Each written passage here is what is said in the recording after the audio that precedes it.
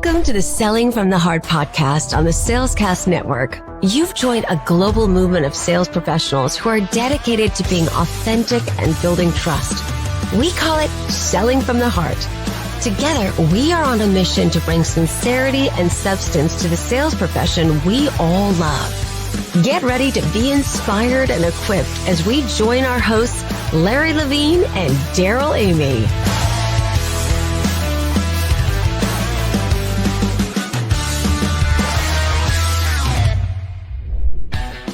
Great news! The Selling from the Heart book has been picked up by a New York publishing house and is now on the Barnes & Noble website.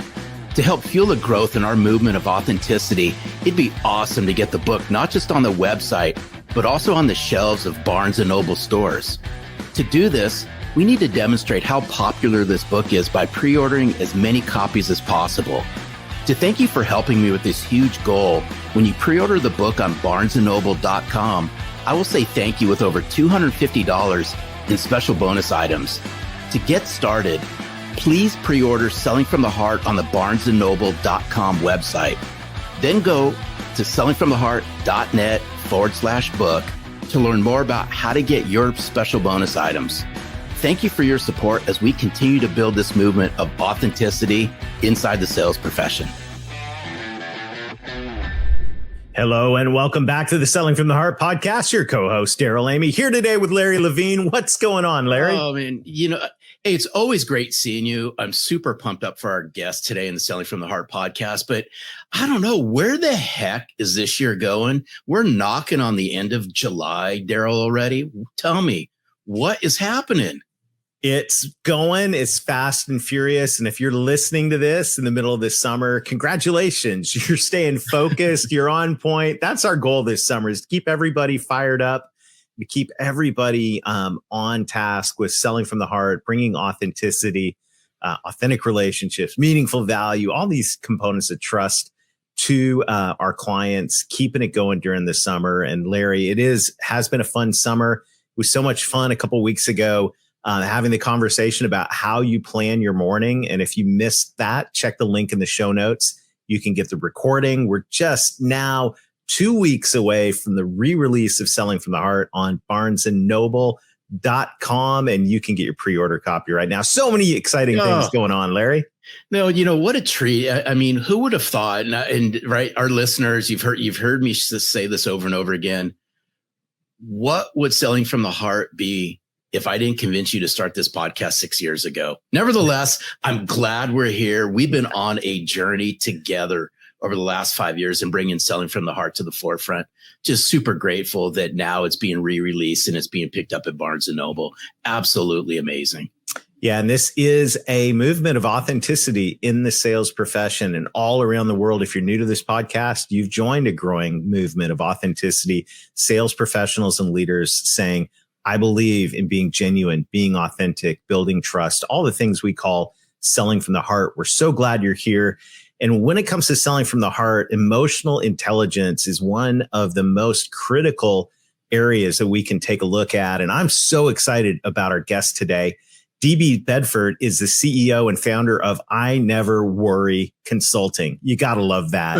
I Never Worry Consulting, a company that specializes in emotional intelligence and train staff and leadership on how to effectively manage their behavior and make better personal decisions to achieve positive results. He is about to release his fourth book tomorrow, EI Performance Coaching. DB, welcome to the Selling from the Heart podcast. It's great to have you here. All right. What's up going on, gentlemen? Oh, this is so good. But you know what? You got to, I never worry. You got to rub some of that stuff on me, DB, because, man, I'm telling you. That's going to happen, Larry. You know what? We always have guests that come on at the right time for the right reason. So you got to have some of this wear off on me, DB. Oh, it's baked right into the emotional intelligence, man. You got that EI, you never worry because you're in the assignment. Oh, it's going to be good. Well, as we get started, DB, you know the question that every guest on the Selling from the Heart podcast answers, and that is, DB, what does it mean to you to sell from the heart? Selling from the heart to me means selling what you believe in. I think some people they're selling just because it's a job to them. But selling from the heart, when I hear that, it makes me think that you're selling something that you believe in. And then when you believe in something and you believe that it has value and it will help someone, then you're automatically selling from the heart. Because when you do something from the heart, you want to help someone. You want them to be better. And so no matter the product or service, if you believe that it will really solve the problem, enhance, the performance, heal the pain, whatever it is, if you believe in it, then you're selling from the heart. Oh, and this is good. And I'm glad DB used the word believe, because it's a big component of selling from the heart, because in order to believe, in order to believe in your product and the services and all the wonderful, things that your company has to offer, I think it starts, if we flip this around, is you have to believe in yourself. And believing in yourself means you got to go down that journey to start working on your heart. Because if you don't believe in yourself, it's going to be hard for others to believe in you, your product, your service, or even the great company you work for. Agree? Totally agree. Just in life, what happens, I think, as we are on this journey in life, we get stuck in a set of old beliefs, right? And so a lot of our beliefs don't even belong to us, right? They were downloaded to us as youth. And as you get older, you continue to govern yourself by those old beliefs, and no one is giving you the opportunity or the insight to realize that you can replace an old belief with a new belief. So people who don't believe in themselves have probably been told that growing up, right? Some of us was always told by our parents, sit down and shut up, right? You know what I'm saying? Don't talk when grown folks is talking. If you tried to express yourself, right, you could not do that, because their old belief was that you had to stay in a child's place. So if you experience that long enough, then when you show up in the adult world and you haven't had a chance to reevaluate, or or reimagine that belief, then you could be doubting yourself in whatever profession it is, and especially when it comes to selling. Oh man, I can tell this is going to be good. Hey, DB, in a previous episode, Daryl dropped this. He goes, "This is going to be a rider downer." That's right. I have a feeling this is going to be a rider downer. Probably going to do some journaling after you hear this episode, I'm guessing. So for our listeners, and some of them just may be new to this concept of emotional intelligence. So I think it'd be a really great idea if you could just give a flyover of your perspective on emotional intelligence, what it is, and why it's so critical to especially the sales profession. I appreciate that. So my role as an EI performance coach, when it comes to emotional intelligence, I like to simplify it by saying it's an opportunity for you to feel your emotions, but never let them overpower your intelligence. See, emotional intelligence is interesting because most of us know what we should or should not be doing. You know what you should say or not say. But boy, when you get in your feelings about something and get emotionally charged, then you don't always make the most logical decisions. It's once been said that when emotions are high, logic tends to be low. And so emotional intelligence is your ability, right, to recognize when you have a strong feeling about something, or that mood that you slide into when you see something you don't like, you don't agree, or you don't understand. You tend to behave differently. And EI helps you put some space in between your responses so that you can connect with a more logical response. I'm sitting here listening to what you're saying, and here's a word that just pops into my head, and I'd just be curious your thoughts on this, is where does your gut come into this? Does a gut reaction to any of this come to mind? Because I'm just thinking about, a lot of times I'm a highly emotional guy, but sometimes that I just had a gut feeling about something that overrides some of this, and I might be looking at this through a different set of lens, but I'm just curious, does gut play a role in any of this? Well, for sure. Let's frame it this way. So that was the DB response, right? Now, let me give you the technical definition of emotional intelligence, right? Emotional intelligence is 4 domains, right? Self-awareness, managing your reactions, situational awareness in managing relationships. So situational awareness would probably align with what you're asking about your gut feeling, those spidey senses, right? Situational awareness is basically this constant observation. Should you engage, right, or not engage? You know, should you go there or not go there, right? Should I respond now? Should I respond later? Maybe I shouldn't respond at all. And so that could, I think, align with when you got that feeling like, wait a minute, like it's all internal. And I like to call those your spidey senses. But we don't always have an opportunity to control how we react. I want to make sure that I put that out there, because emotional intelligence is not about controlling. Because sometimes I'm just mad. You know what I mean? If I'm mad, I'm mad. Sometimes you're going to get that face, that look, and I might even say something off the cuff, but it's really about managing that, right? And recognizing that I'm in that space. And so if you are intentional about practicing, you'll have less of those, but it's not about trying to live a warm and fuzzy lifestyle. It's really about managing the way you react to situations.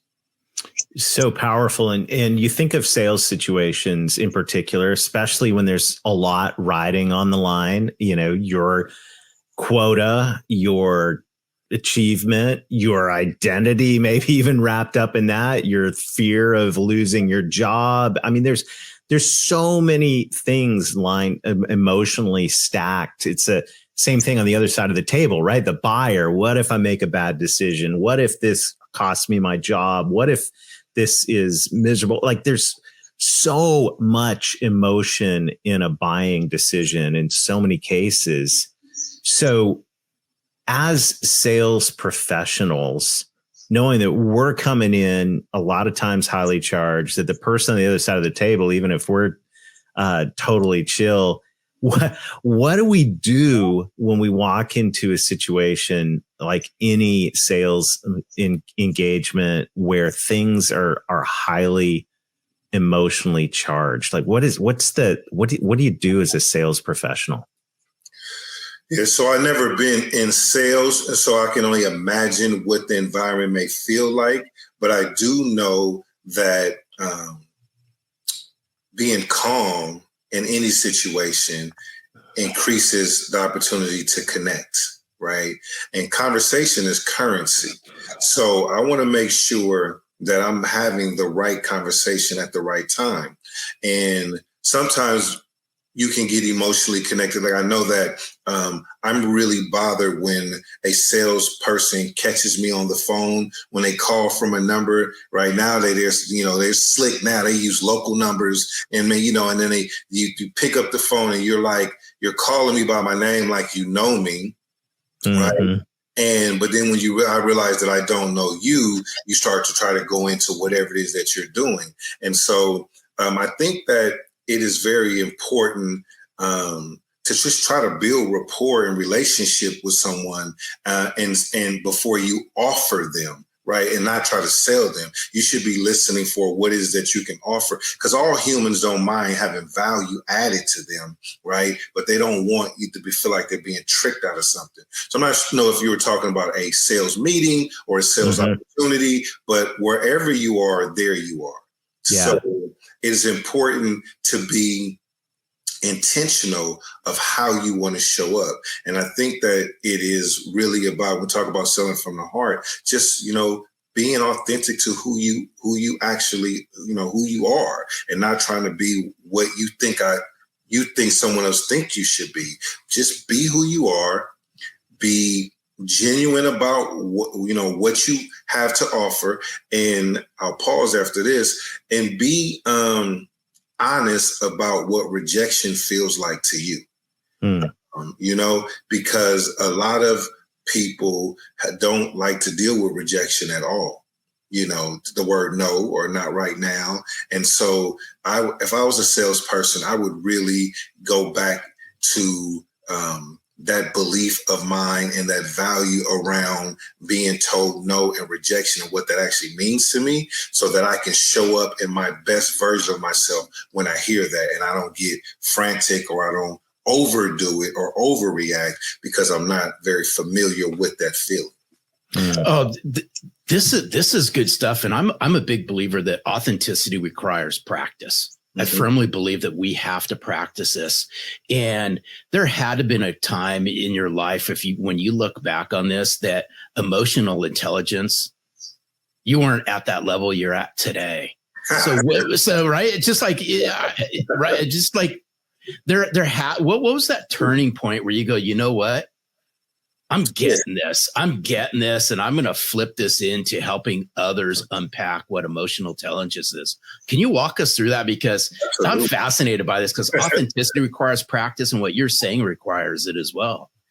I appreciate that. So I give it to you straight. That's all I know. So definitely I was not emotionally intelligent. I grew up in Oakland, California, in an area called Brookfield. In the mid 80s or so, I was about 12 or 13 years old. In the neighborhood I grew up, I was introduced to, you quickly knew that you had to be the lion or the gazelle, right? Because, a simple walk to the store, I mean, you getting, your bike took, chased home, like you're going to have to fight. Let's just put it that way. And that became my way of life. I was raised that conflict meant violence. And that started at the age of 12 or 13. That's the only way we handle things. And if I didn't respond in that way, I was looked at as being weak, a punk, a sucker, and it caused more problems not showing up in a way that defended yourself violently. So that's an old belief. But I took that from ages 13 to 23. I sold drugs in the community. I was part of the problem. Around age 22-ish or so, I lost my temper to the extreme. I tried to take a man's life over something super simple. I bought my first house, and he was a roofer, and so he put the roof on my house, but he didn't finish the job. And I kept asking him, when was he going to finish? And he would say, "Oh man," and let me put it in perspective. The roof is done. It's just like, it's not cleaned up. He didn't clean up behind himself. Yeah. Gutters. So the roof itself is done, but I wanted to be completely done. And the fact that he kept telling me he was going to finish and he didn't, watch this, felt like disrespect to me. So my belief about disrespect at the time, based on how I was raised, meant I had to do something to him. So when I lost my cool, tried to take his life, chasing down the street. Prayerfully, he did not lose his life. I ended up in jail, on my way to prison for 8 years. A Judge Larry Goodman, Superior Court judge, seen something in me that I didn't even see in myself, gave me an opportunity to work in a program that he had. I took the opportunity, and from there, I ended up getting my felonies expunged and reduced, and I ended up going back and working for the same probation department that I once was locked up at, and I worked there for 17 years, and then I took early retirement 6 years ago to do emotional intelligence. And so to back that up, all of my life experiences and all the lives I've seen be taken, and the people who go to jail, the relationships I've seen fail amongst the community.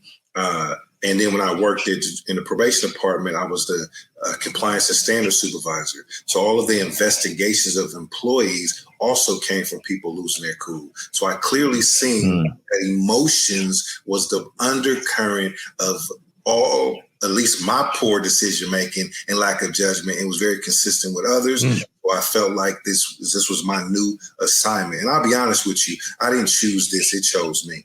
It sounds what a story. And I'm so excited to hear the rest of this conversation about I never worry. How do we get to that? So we're going to dive into that topic in just a few moments after we hear from a former podcast guest, Cynthia Barnes, our good friend, about what it means to her to sell from the heart, along with a brief word from our sponsors. Daryl here, and I'm excited to share with you one of the most innovative tools we've come across in a long time.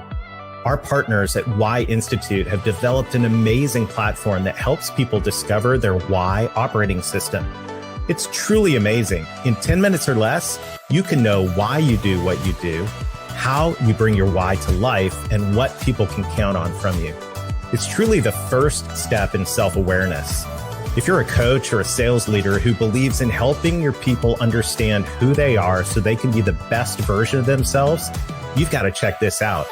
All you need to do is go to whyinstitute.com and look for the Why certification page. We'll put the link in the show notes. When you reach out to the Why Institute, let them know you heard about it here on Selling from the Heart, and you'll be on your way to helping your team discover what drives them.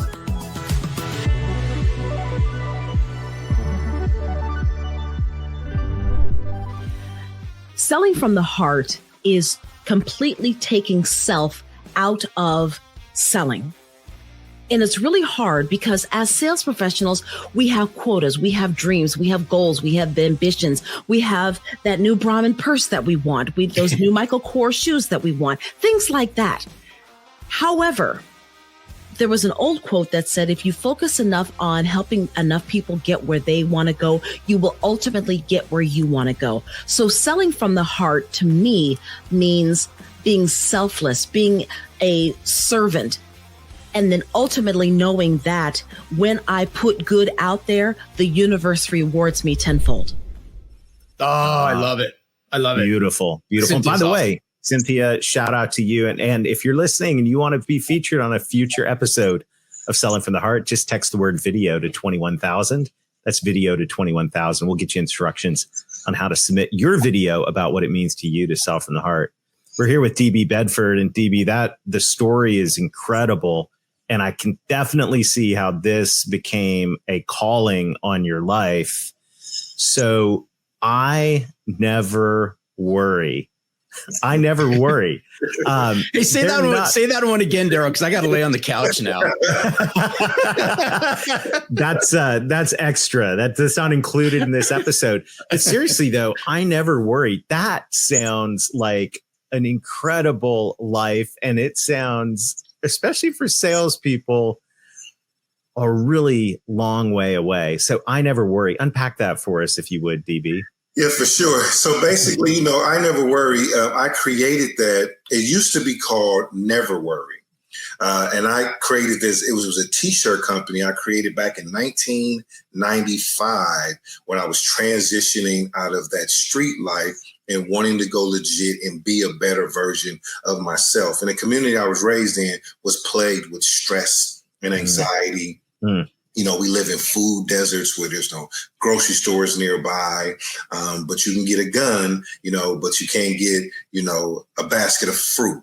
And so seeing how it was having an impact on people's decision making, I wanted to try to create something, really start as a sense of hope, right? Another way to look at things. And as I matured and grew professionally, I went from never worry to I never worry. And as practicing emotional intelligence, you understand that it doesn't make any sense to worry about anything. There's a saying that says, if you stress or worry about something, you just put yourself through it twice, right?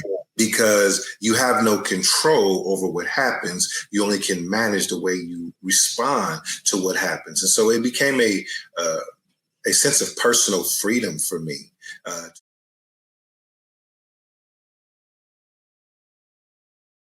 Wake up every day, not concerned about what might happen or what's happening, because I am conditioned to respond or reply in a way that's going to keep my day light.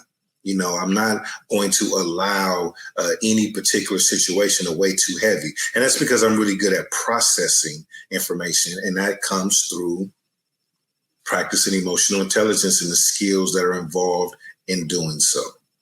So, yeah, I'm sitting here going, okay, I never worry. I never worry. I'm the big worry work that's out there. But that's just, it's something that I constantly work on. So speak to people like me who are always that worrier. What are a couple things, just to get us in the right frame of mind? Walk us through what are 2 or 3 things that you can do that you can start implementing that are fairly easy, though I know it's not easy, but they can say, hey, you know what? I'm going to stop worrying about whatever they're worrying about. What are some practicalities around this?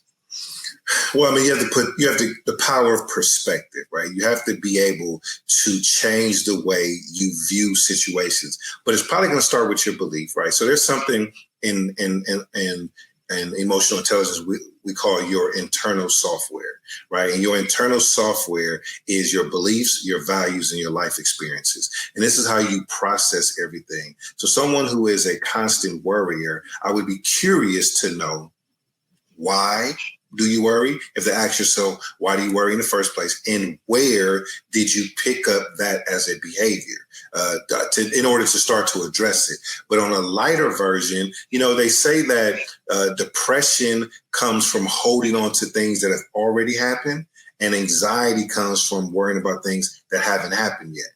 So it would be of benefit to stay in the present moment. And I know it's very hard in today's time, but to me, that's where the shift would have to be, just to start being present in the moment and understanding at a deep level that whatever is going to happen, it is going to happen.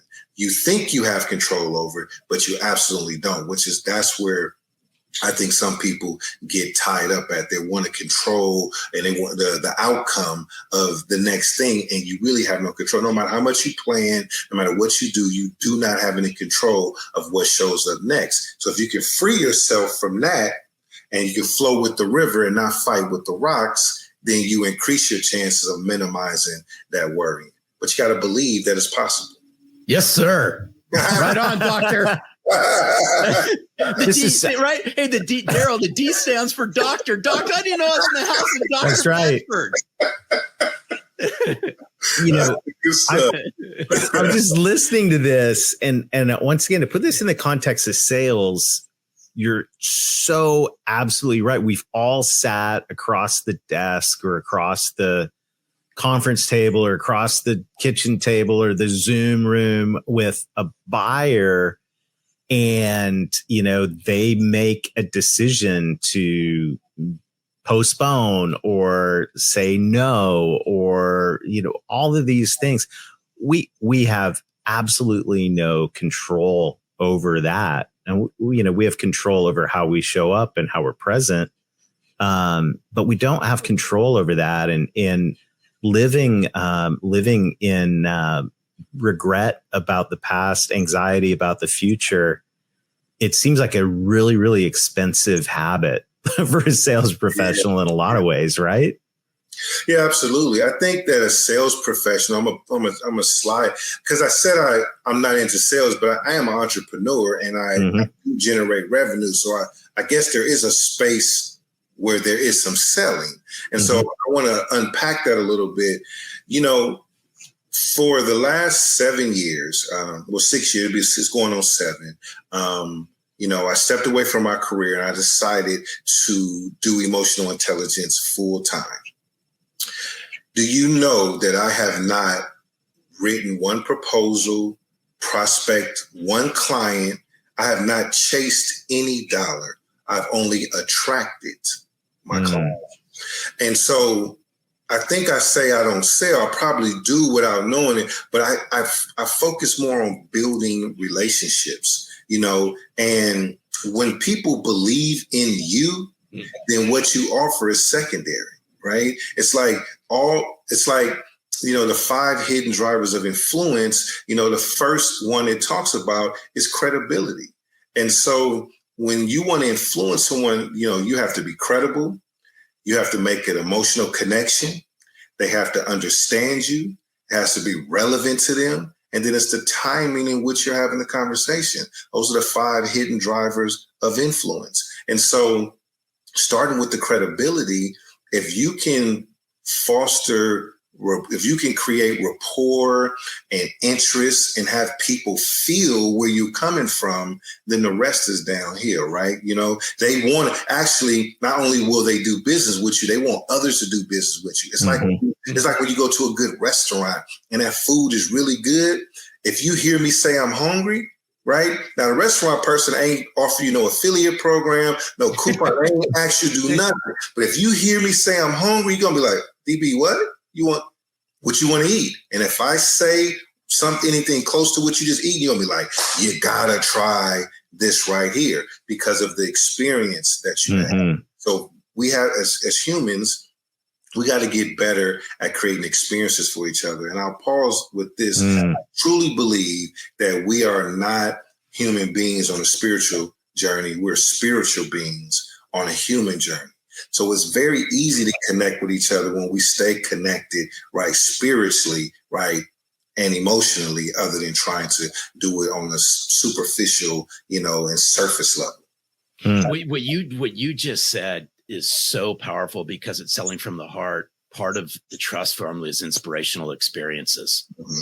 And I'm a massive believer in the way you make somebody feel and how you show up determines what happens next.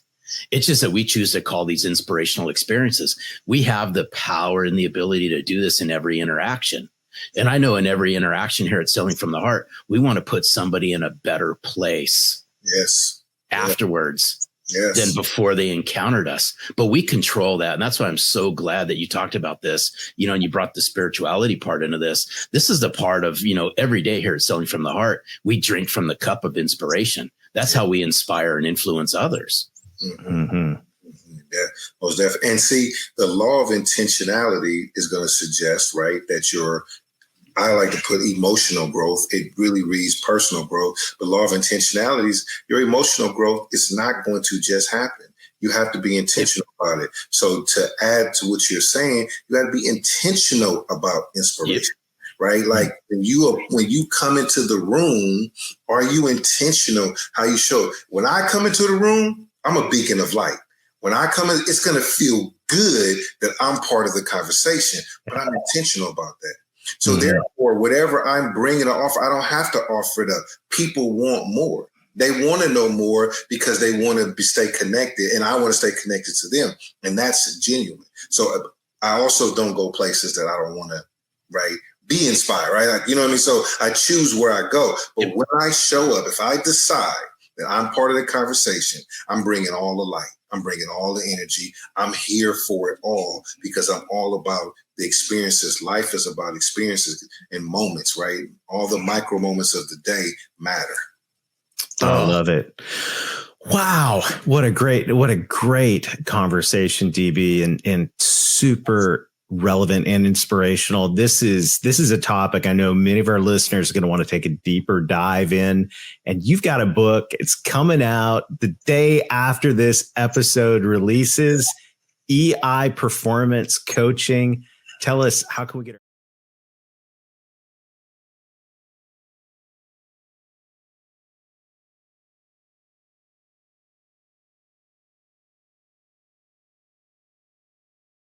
hands on this and get more DB Bedford in our lives? Absolutely. So my website is ineverworry.com, but I'll send you the link. You'll have the link for this. And basically, EI Performance Coaching is the first of its kind interactive workbook, full colored workbook. Every page in the workbook has a QR code that has a coaching clip that gives you an audio moment to the page that you're looking on. So the skill that you're looking at, you scan the code and you get a coaching clip for that particular page. As you go through the book, it has exercises, and in the end, it's one last QR code that takes you to an interactive video experience that has emotionally charged situations where you can choose your own ending with touchscreen technology.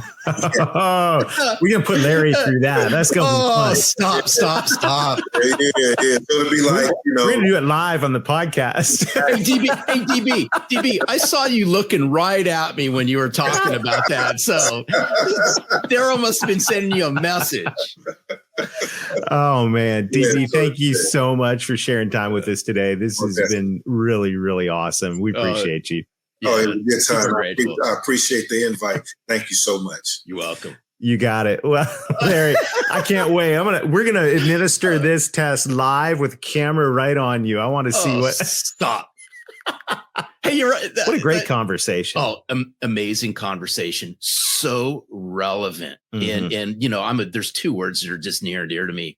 It's how fast you can connect and relate to somebody. And what DB had shared with us today all plays out is, right? I mean, sales is highly emotional. Working with your clients and your future clients is highly emotional. It's how you control emotions and how you show up for each and every conversation. Yeah. And if you want to take a deeper dive into this, go grab a copy of EI Performance Coaching. Take DB up on this offer to coach you in this interactive workbook. This is going to be super, super helpful for you. And all of this is around the way that we show up. And if we want to sell from the heart, we've got to be present and we've got to be aware, emotionally aware of ourselves and the situation, how we respond. This is such a spot on topic. And Larry, it's so much fun having these conversations. And then during the week, being able to interact with people inside our community, Selling from the Heart Insiders Group. We got many more exciting announcements coming up throughout the fall. So make sure to like or subscribe. You want to hang out around here. This is, there's exciting things going on at Selling from the Heart. Never a dull moment. Never a dull moment here at Selling from the Heart. Let me tell you that right now. That's right. So until next time, keep being genuine, keep being authentic, keep building trust. Develop emotional intelligence. Welcome to the Selling from the